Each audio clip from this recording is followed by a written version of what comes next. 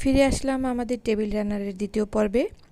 আপনারা যারা আগের পর্বটি দেখেননি তাদের জন্য লিংক ডেসক্রিপশন বক্সে দেওয়া থাকবে। আমি এখন রো 5 করছি। তো রো 5-এর শুরুর অংশটা করে আমি এই পর্যন্ত করে চলে এসেছি। আমি দেখিয়ে দেব কিভাবে আপনারা রো 5টা করবেন। তো আমি প্রথমে যখন রো 5 করি তখন এই শেলের মাঝখানে চেইন টু স্পেসে স্লিপ স্টিচ করে তারপরে আমি কাজটা শুরু করেছিলাম।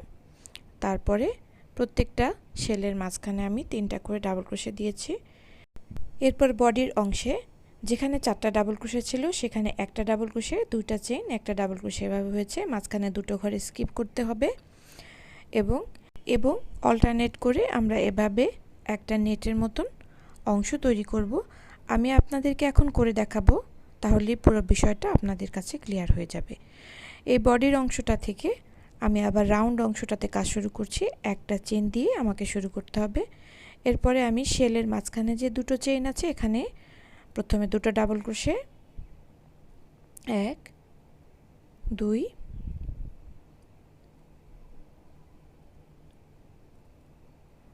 2টো চেইন এবং 2টো ডাবল ক্রোশে, সবগুলো এই চেইন টু স্পেসেই করছি। এভাবে আমাদের একটা শেল তৈরি করে নিলাম। এরপরে একটা চেইন, আপনারা লক্ষ্য করেন পরবর্তীতে এখানে যে 2টো চেইনের স্পেস আছে এখানে আমরা 3টা ডাবল ক্রোশে করব। একটা ডাবল ক্রোশে, 2 3, 3টা ডাবল ক্রোশে করে নিলাম। একটা চেইন দিয়ে পরবর্তী শেল আমরা তৈরি করে নিচ্ছি। এখানে চেইন টু স্পেসে পরবর্তী শেলটা তৈরি করে নিতে হবে। 2টা চেইন, 2টো ডাবল ক্রোশে। আপনারা মনে রাখবেন প্রত্যেকটা শেলই 2টো ডাবল ক্রোশে, 2টো চেইন, 2টো ডাবল ক্রোশে এটা দিয়ে তৈরি হবে এবং প্রত্যেকটা শেলের শুরুতে এবং শেষে অবশ্যই একটা চেইন দিতে হবে। তো একটা চেইন করে নিচ্ছি এবং পরবর্তী চেইন টু স্পেসে আমরা 3টা ডাবল ক্রোশে করব। 1 2 3, একটা চেইন দিয়ে আবারও আমরা একটা শেল করব। এখানে আমাদের 2টো ডাবল ক্রোশে, 2টো চেইন এবং 2টো ডাবল ক্রোশে করতে হবে। 1 2, 2টো চেইন, আবারও 2টো ডাবল ক্রোশে, 2, এরপরে আবারও একটা চেইন করে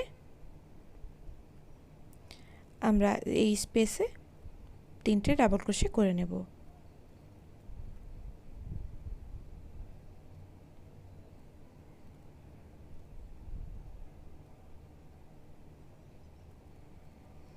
একটা চেইন করে আবারও শেল তৈরি করে নিচ্ছি। 1 2টো ডাবল ক্রোশে,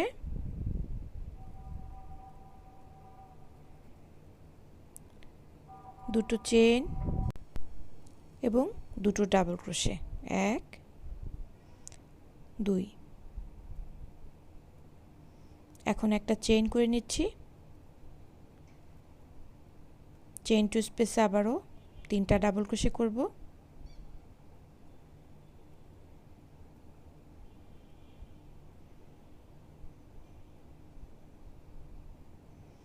একটা চেইন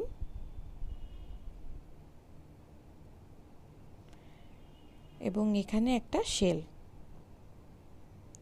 1 2, 2টো চেইন, আবারও 2টো ডাবল ক্রোশে, 1 2, একটা চেইন। এখন আমরা আবারও আমাদের বডির অংশটাতে ফিরে যাব। বডির অংশটাতে কাজ করার জন্য আমি প্রথমে এখানে 4টা ডাবল ক্রোশে আছে, এখানে প্রথম ডাবল ক্রোশের উপরে একটা ডাবল ক্রোশে করে নিচ্ছি। এরপরে 2টো চেইন করব, তারপর 2টো ঘর স্কিপ করে এখানে আমি 4 নাম্বার ডাবল ক্রোশের উপরে একটা ডাবল ক্রোশে করব। এভাবে করে সলিড আর গ্যাপ এভাবে অল্টারনেট করে আমাদের একটা নেটের মতন ইফেক্ট তৈরি হবে। এই যে একটা ডাবল ক্রোশে করে ফেললাম। এখন এই গ্যাপের মধ্যে আমাদের দুটো ডাবল ক্রোশে করতে হবে। মনে রাখবেন এখানে আমরা দুটো চেইন করেছিলাম এবং এজন্য এখানে দুটো ডাবল ক্রোশে করব। এখন এই চারটা ডাবল ক্রোশের মাঝখান থেকে প্রথম ডাবল ক্রোশের উপরে একটা ডাবল ক্রোশে করতে হবে এবং দুটো চেইন করতে হবে। দুইটা ঘরে স্কিপ করে 4 নাম্বার ডাবল ক্রোশের উপরে আবার একটা ডাবল ক্রোশে করব। এভাবে করে আমাদের অল্টারনেট করতে হবে। সলিড জায়গার উপরে চেইন এবং চেইনের উপরে ডাবল ক্রোশে, এভাবে করে আগাতে হবে। এবং মনে রাখবেন আমাদের 4টা করে ডাবল ক্রোশে সেট হবে এবং দুটো চেইন হবে। এভাবে আমরা আগাবো। একটা ডাবল ক্রোশে। তো দেখতে পাচ্ছেন সলিডের উপর জায়গায় আমরা চেইন করেছি, চেইনের উপর জায়গায় আমরা সলিড ডাবল ক্রোশে করেছি। এভাবে করে একটা অল্টারনেট ইফেক্ট তৈরি হয়েছে। তো এখন আপনারা দেখতে পাচ্ছেন আমরা এই রোতে প্রত্যেকটা শেলের মাঝখানে 3টা করে ডাবল ক্রোশে দিয়েছিলাম এবং বডির অংশটা কিভাবে করেছি সেটা আমি আপনাদেরকে করে দেখালাম। এখানে আমরা রো 5 করেছিলাম, পরবর্তী রো 6 আর 7 আমি আপনাদেরকে করে দেখাবো না, আমি এখন বুঝিয়ে দিচ্ছি। আপনারা দেখতে পাচ্ছেন এখানে দুটো শেল ছিল এবং দুটো শেলের মাঝখানে এখানে 3টা করে ডাবল ক্রোশে আছে। শেলের মাঝখানে আমরা প্রথমে 1 নাম্বার রো থেকে শুরু করে সবগুলো রো আপনারা লক্ষ্য করে দেখুন। এই 5 নাম্বার রোতে এসে এই শেলগুলোর মাঝখান থেকে আমরা এই ডিজাইনটাকে এখন রিপিট করে যাব। এখানে দেখেন আমি দুটো শেলের মাঝখানে একটা করে চেইন দিয়ে সেপারেট করেছি। একটা করে চেইন স্পেস এখানে তৈরি আছে আর মাঝখানে আমি 3টা করে ডাবল ক্রোশে করেছি। পরবর্তী রো 6 এ এসে আমি চেইন 1 স্পেসে একটা করে ডাবল ক্রোশে বাড়াবো। তার মানে 3-এর দুই পাশে দুটো বাড়লে 5টা ডাবল ক্রোশে হবে রো 6 এ এসে এবং বাকি সব ডিজাইন একই রকম হবে। দুই পাশে শেল এবং একটা করে চেইন হবে, তারপরে 5টা ডাবল ক্রোশে হবে। আবার রো 7 এ এসেও আমি দুই পাশে দুটো করে ইনক্রিজ করব, তখন আমাদের 7টা করে ডাবল ক্রোশে হয়ে যাবে। তো এভাবে আর বাকি অংশটা একরকমেরই হবে। এভাবে করে আমি ফিরে আসব। তারপরও আমি বলে দিচ্ছি আমার এই সেম ডিজাইনের যে টেবিল ম্যাটের টিউটোরিয়ালটা আছে সেটা আমি আই কার্ডে এখানে দিয়ে রাখবো। আপনারা বোঝার সুবিধার জন্য সেই টিউটোরিয়ালটাও দেখে নিতে পারেন। যদি ম্যাট তৈরি করতে পারেন তাহলে টেবিল রানারটা ইজিলি আপনারা তৈরি করতে পারবেন। তো ঠিক আছে, আমি এরপরে রো 8 এ ফিরে আসছি। আপনারা এই দুটো রো নিজেরা করে নেবেন এবং বোঝার অসুবিধা হলে অবশ্যই ম্যাটের টিউটোরিয়ালটা দেখে নেবেন, তাহলে ইজিলি আপনারা এই অংশটা করে নিতে পারবেন। এই অংশ থেকে আমি রো 8 করে দেখাবো এবং আপনারা রো 8 এবং 9 একই নিয়মে করবেন। আমরা আগে যে নিয়মে আমরা রো 5, 6, 7 করেছিলাম আমরা সেই নিয়মটাই ফলো করব, কিন্তু আমাদের সামান্য একটু চেঞ্জ করতে হবে। সেই অংশটা চেঞ্জ করার অংশটা দেখানোর জন্যই আমি রো 8 এবং 9 আপনাদেরকে এখন করে দেখাচ্ছি।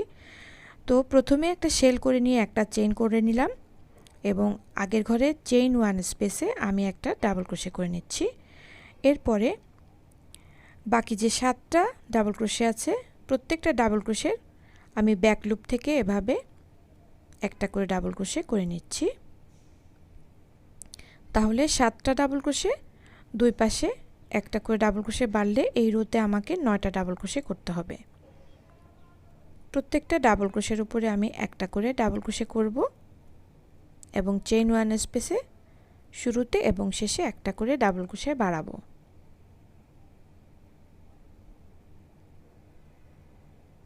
এভাবে আমাকে মোট 9টা ডাবল ক্রোশে করতে হবে। এখন এই যে চেইন 1 স্পেসে আরও একটা ডাবল ক্রোশে করে নিলাম, আমার 9টা ডাবল ক্রোশে হলো। এরপরে চেইন 1 করার পর আমরা আবারও শেল অংশটা করব। এখানে আগের ঘরে যে শেলটা ছিল তার চেইন 2 স্পেসে দুটো ডাবল ক্রোশে 1, 2, দুটো চেইন, আবারও দুটো ডাবল ক্রোশে, এভাবে একটা শেল তৈরি করে নিলাম।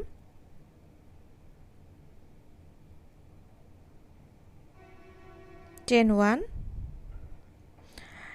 এখন আমরা পুরো রাউন্ড করে এসেছি। এখন আমরা বডির অংশটাতে সামান্য একটু চেঞ্জ করব। আমরা আগে যেই নিয়মে করেছিলাম সেই নিয়মটাই থাকবে, কিন্তু বডির অংশে সামান্য একটু চেঞ্জ করব, কারণ আমরা যখন কাজ করছি আস্তে আস্তে আমাদের অংশটা কিন্তু ভি শেপ হয়ে যাচ্ছে। এই জন্য এই অংশটাকে ফ্ল্যাট রাখতে হলে আমাদের কিছুটা চেঞ্জ করতে হবে। সেটা হচ্ছে আমরা এখান থেকে এই 3টা ঘরকে আমরা স্কিপ করে এখান থেকে আমরা শুরু করব। তো এখানে দুটো চেইন আর একটা ডাবল ক্রোশে ছিল, এই 3টা ঘরকে আমরা স্কিপ করেছি, তারপর একটা ডাবল ক্রোশে এবং দুটো চেইন করলাম এবং 4 নাম্বার ডাবল ক্রোশের উপরে একটা ডাবল ক্রোশে করে চেইন টু স্পেসে দুটো ডাবল ক্রোশে করতে হবে। আবারও 4টা ডাবল ক্রোশের প্রথমটায় একটা ডাবল ক্রোশে করতে হবে, দুটো চেইন করতে হবে এবং দুটো ঘরে স্কিপ করে একটা ডাবল ক্রোশে করতে হবে। তার মানে আমরা এই ঘরে এই রোতে কি চেঞ্জ করলাম, এখানে আমরা শুধুমাত্র শুরুতে এবং শেষে 3টা করে চেইন বা 3টা করে ঘর স্কিপ করে যাব, যাতে করে আমাদের এই টেবিল রানারের প্যাটার্নটা রাউন্ড অংশটা ফ্ল্যাট থাকে। আমরা যদি এখানকার ডিক্রিজ না করি তাহলে কিন্তু এই রাউন্ড অংশটা কুঁচকে যাবে, ফ্ল্যাট থাকবে না। আমি এই বডির শেষ প্রান্তে চলে এসেছি। এখানেও আমি কিভাবে ডিক্রিজ করব সেটা আপনাদেরকে একটু দেখিয়ে দিচ্ছি, যাতে আপনারা সহজে বুঝতে পারেন। এখানে দুটো চেইন দিয়ে একটা ডাবল ক্রোশে করব, এখানে 4 নাম্বার ডাবল ক্রোশের উপরে, তারপরে এখানে দুটো ডাবল ক্রোশে হবে আর একটা ডাবল ক্রোশে হবে 4টা ডাবল ক্রোশের প্রথমটার উপরে। এখন দেখুন এখানে 3টি ডাবল ক্রোশে বাকি আছে। আমরা এই 3টি ডাবল ক্রোশেকে স্কিপ করে সরাসরি আমরা শেলে চলে যাব। একটা চেইন করে নিচ্ছি এবং এই 3টা ঘরকে স্কিপ করে সরাসরি আমরা একটা শেল তৈরি করে নিলাম। আমাকে দুটো ডাবল ক্রোশে, দুটো চেইন এবং দুটো ডাবল ক্রোশে দিয়ে একটা শেল তৈরি করতে হবে। এখানে ইয়ার্নের মধ্যে মাঝে মধ্যে জোড়া দেখা যাচ্ছে, সমস্যা নেই, আমরা যখন কাজ করব এগুলো আমাদের কাজের মধ্যে হাইড করে নেওয়া হবে যখন আমরা ফিনিশিংটা দেব। তো এই নিয়মে আমরা রো 8 আর রো 9 করে নেব। রো 8-এ আমাদের এরকমভাবে 9টা করে ডাবল ক্রোশে করতে হয়েছে, শুরুতে একটা ডাবল ক্রোশে চেইন 1 স্পেসে এবং শেষে, আর মাঝখানে 7টা করেছি। পরবর্তী রোতে রো 9-এ আমাদেরকে এরকম একই নিয়মে দুই পাশে দুটো বাড়িয়ে 11টা ডাবল ক্রোশে করতে হবে এবং এই জায়গাটাতে এরকম করে 3টা ঘর আমরা স্কিপ করব, চেইন টু একটা ডাবল ক্রোশে অথবা 3টা ডাবল ক্রোশে, যেটা আমাদের সামনে আসবে সেই অংশটাকে আমরা এভাবে 3টা ঘরকে স্কিপ করে নিব। তা না হলে কিন্তু আপনার এই অংশটা ফ্ল্যাট থাকবে না। আপনি দেখতে পাচ্ছেন যে আমাদের এই অংশটা রাউন্ড যখন প্রথম দিকে ছিল তখন বেশি ছড়িয়ে যাচ্ছিল না, যার কারণে আমরা তখন ডিক্রিজটা করিনি। এখান থেকে যত উপরের দিকে আসছি তখন আমাদের এই অংশটা আস্তে আস্তে খুব দ্রুত ছড়িয়ে পড়ছে এবং এটার সাথে ব্যালেন্স করার জন্যই আমরা এখানে 3 ঘর করে ডিক্রিজ করা শুরু করলাম। তা না হলে আমাদের এই সার্কুলার অংশটা কিন্তু কার্লি হয়ে যাবে, এটা কিছুতেই ফ্ল্যাট হয়ে বসবে না।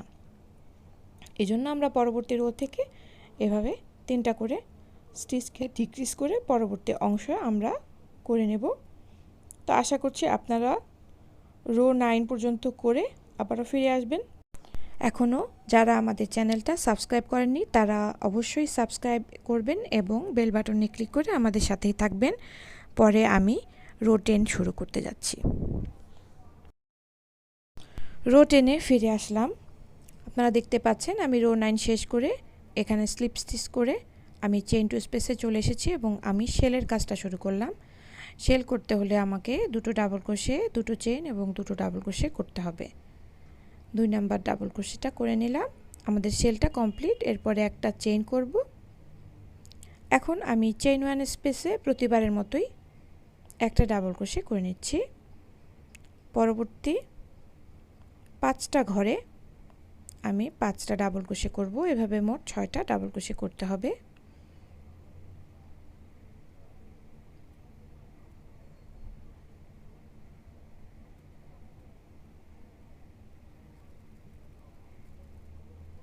আপনারা দেখতে পাচ্ছেন আমি মোট 6টা ডাবল ক্রোশে করেছি। এখন দুটো চেইন করে একটা ডাবল ক্রোশে ঘর আমি এখানে স্কিপ করব এবং পরের থেকে আবারও আমি ডাবল ক্রোশে করতে থাকব। 1 2 3 4 5 এবং চেইন 1 স্পেসে একটা, মোট 6 এবং চেইন 1। আবারও আমি একটা শেল করে নিচ্ছি পরবর্তী চেইন 2 স্পেসে, ডাবল ক্রোশে একটা, দুইটা, দুটো চেইন, আবার দুটো ডাবল ক্রোশে 1 2 চেইন 1। এই যে এভাবে করে আমি এই অংশটা করলাম। চেইন 1 স্পেসে একটা ডাবল ক্রোশে এবং পরবর্তী 5টা ডাবল ক্রোশে, এভাবে 6টা ডাবল ক্রোশে করে দুইটা চেইন দিয়ে আবারও আমি 6টা ডাবল ক্রোশে করে নিয়েছি। আমি এই রাউন্ড অংশটা কমপ্লিট করে এখানে ফিরে আসলাম। আমাদের শেল এবং চেইন 1 করা হয়েছে।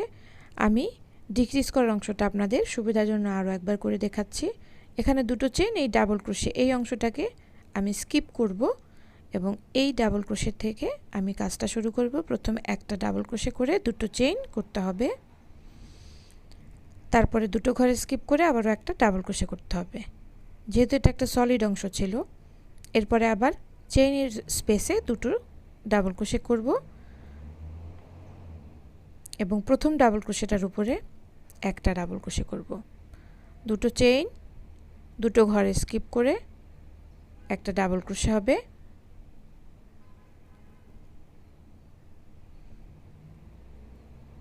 এভাবে করে অল্টার করে আমি বডির অংশটা সম্পূর্ণ করব।